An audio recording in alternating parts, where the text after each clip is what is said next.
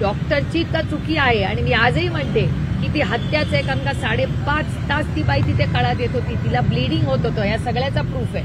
त्याच्यानंतर लाडक्या बहिणी योजनेमध्ये वेळेवर निधी जात नाही, वेळेवर गेला तर 2100 रुपये देत. मी तज्ज्ञ नाही ना फायनान्स ना इकॉनॉमिक्स, पण जर मला कळू शकत होतं की मार्केट क्रॅश होणार आहे तर सरकारला नाही का लक्षात आलं. सगळ्या नेत्यांचे मंत्र्यांचे जे पीए आहेत त्यांना पगार नाही झाले 3-4 महिने.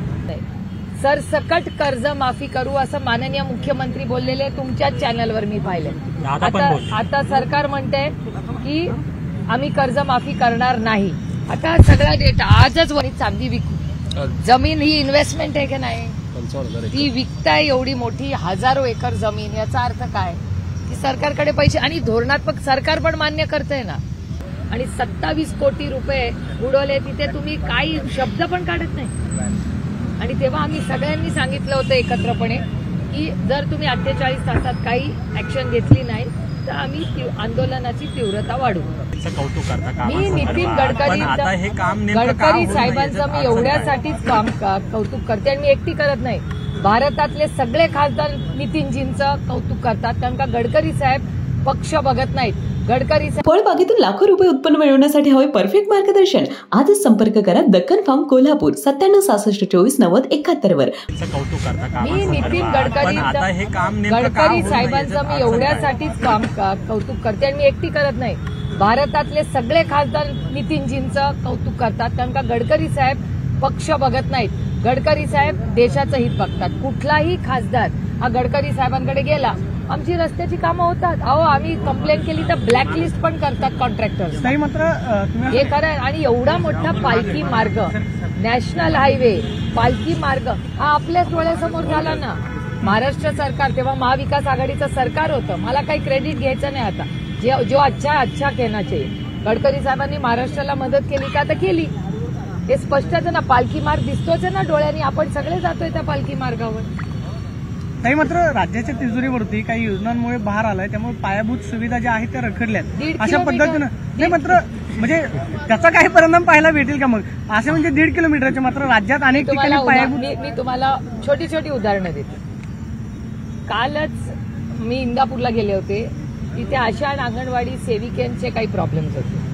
दौंड, इंदापूर, बारामतीच्या सगळ्या भागामध्ये युरिया आता मिळत नाहीये. त्याच्यानंतर सरकारी, हे तुमच्याच सगळ्यांच्या चॅनलवर आणि वर्तमानपत्रातली कालची बातमी आहे की सरकारी सगळ्या नेत्यांचे मंत्र्यांचे जे पीए आहेत त्यांना पगार नाही झाले 3-4 महिने. त्याच्यानंतर लाडक्या बहिणी योजनेमध्ये वेळेवर निधी जात नाही, वेळेवर गेला तर 2100 रुपये देत नाही. सरसकट कर्ज माफी करू असं माननीय मुख्यमंत्री बोललेले तुमच्याच चॅनलवर मी पाहिले. आता सरकार म्हणते की आम्ही कर्ज माफी करणार नाही. आता सगळा डेटा आजच वर्तमानपत्रात ही बातमी आहे बघा.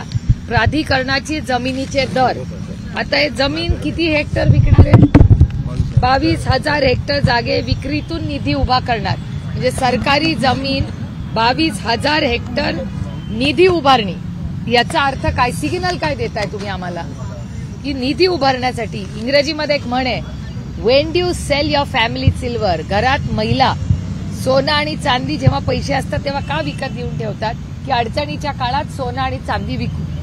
जमीन ही इन्व्हेस्टमेंट आहे की नाही, ती विकताय एवढी मोठी 1000 एकर जमीन, याचा अर्थ काय की सरकारकडे पैसे आणि धोरणात्मक सरकार पण मान्य करतंय ना. त्यामुळे मला कन्फ्युजिंग असं झालंय की बजेट जेव्हा होतं आणि कुठल्याही देशाचं राज्याचं, मी काही कुठल्या व्यक्तीबद्दल बोलत नाही, मी सरकारबद्दल बोलते. आता गेले अनेक वर्ष बारामती लोकसभा मतदारसंघाच्या लोकांच्या आशीर्वादानं मला दिल्लीला जायची संधी मिळाली आणि त्याच्यामुळे हे फायनान्स मी ना फायनान्स एक्सपर्ट ना इकॉनॉमिस्ट, पण कानावर पडून अभ्यास करून एवढं तर आपल्याला सगळ्यांनाच कळतं की बजेट जेव्हा होतं त्या बजेटमध्ये अनेक गोष्टी सांगितल्या जातात. मग जर एवढे निधी पैसे बजेटमध्ये अनाऊन्स झाले तर मग ही ज्या फिस्कल डेफिसिट, तुम्हाला आठवत असेल FRBM ऍक्ट आणि फिस्कल डेफिसिट बद्दल मी किती वेळा बोललेले.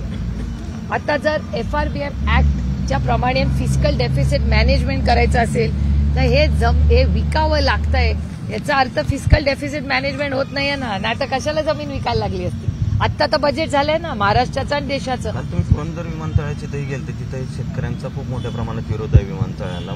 नाही, मी सातत्याने सगळ्यांना विनंती करते की चर्चा करा लोकांची, शेतकऱ्यांना कॉन्फिडन्स द्या. म्हणजे बारामतीला पण एक रस्ता चाललाय, बारामती फलटण, तिथले काही शेतकऱ्यांचे प्रश्न आहेत. आज 3 वाजता कलेक्टर ऑफिसला येणार आहेत ते. शेतकऱ्यांना विकास हवाय, लोकांना विकासाच्या विरोधात आम्ही कोणीही नाही.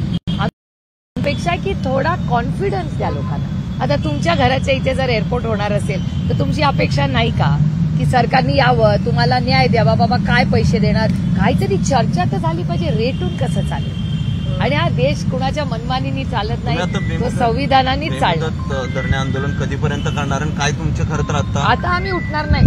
1, 2, 3 आणि 4 आम्ही काय उठत नाही जोपर्यंत बनेश्वरच्या रस्त्याची वर्क ऑर्डर किंवा काहीतरी धोरणात्मक निर्णय होत नाही. आम्ही एवढं फार फसलो आम्ही या सरकारकडून, आणि आम्हाला बनेश्वरच्या रस्त्याबद्दल आम्ही खूप वेळा विश्वास ठेवून सहकार्याची भूमिका ठेवली.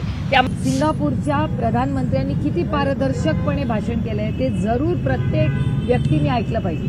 आणि त्यांचा टॅरिफ 10% आहे, आपण 27ला आहोत, तरी त्यांनी पारदर्शकपणे पॉलिसी केलेली आहे. तशीच आपण तातडीने करणं गरजेचं आहे. आणि आज पण मार्केट कोलॅप्स झालंय.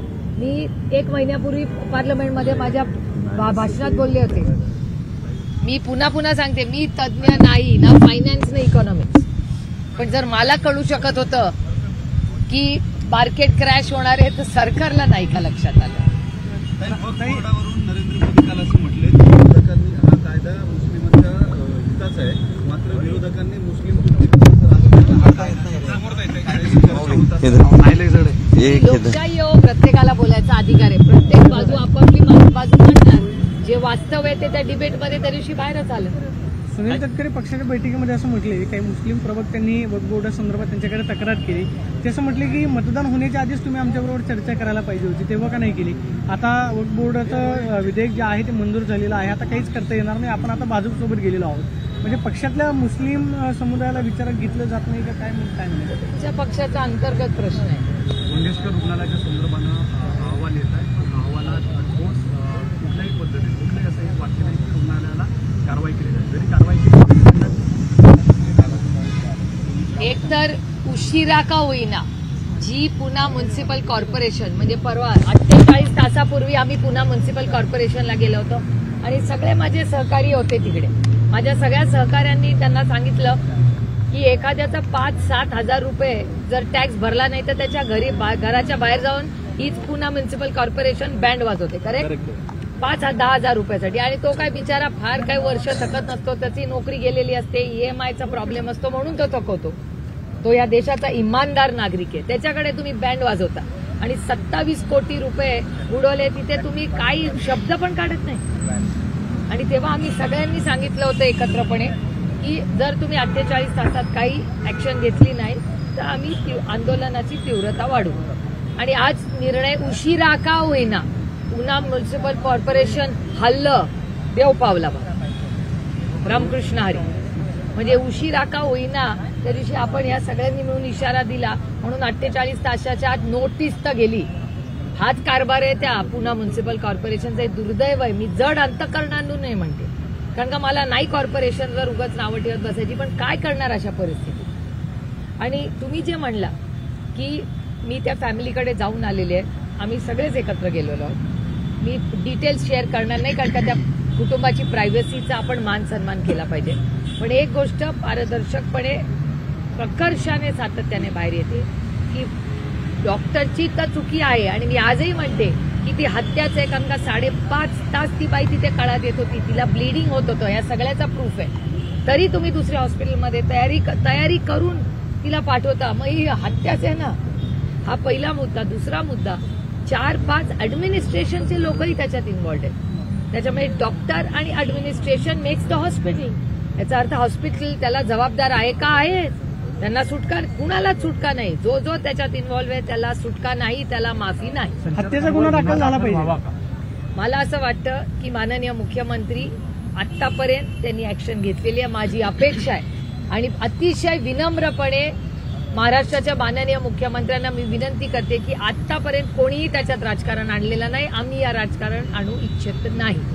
तुम्ही त्या कुटुंबाला न्याय द्या आणि असं परत ह्या छत्रपतींच्या महाराष्ट्रात होणार नाही याच्यासाठी एक हाय पॉवर्ड कमिटी करा, तज्ज्ञ घ्या त्याच्यात.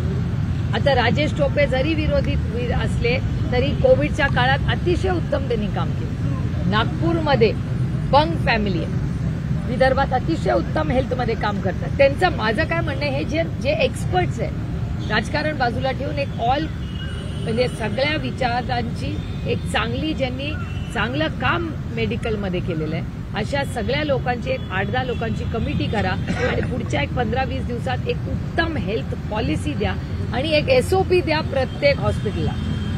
हे म्हणतात ना काय ते इलेक्शनच्या वेळेस म्हणत होते, काय दूध काहीतरी दूध, आरोग्य दूध, तो आरोग्य दूध वगैरे आहे, तुम्ही द्या गॅरंटी.